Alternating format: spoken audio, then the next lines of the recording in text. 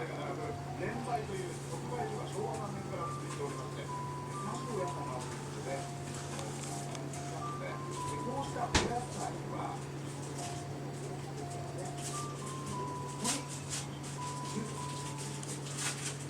犬ヶ丘発なんですね。小町通りも大にぎわい。はいはい。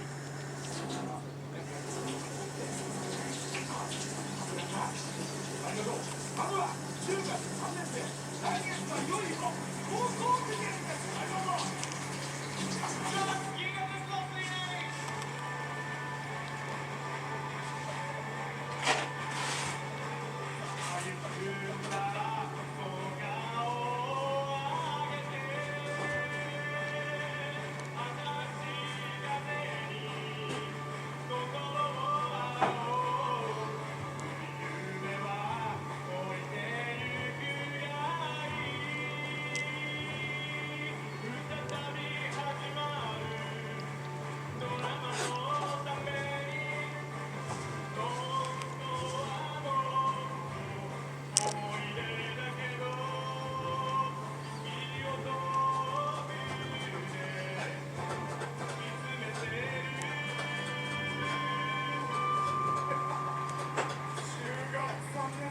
乗ってるね。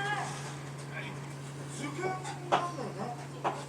受験いつ？2月の10日で、統一の試験が2月14日。何時？大丈夫です。なんでこの受験の最後に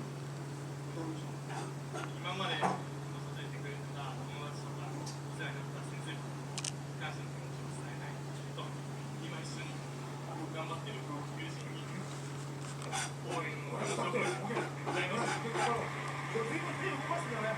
動かせ動かせ。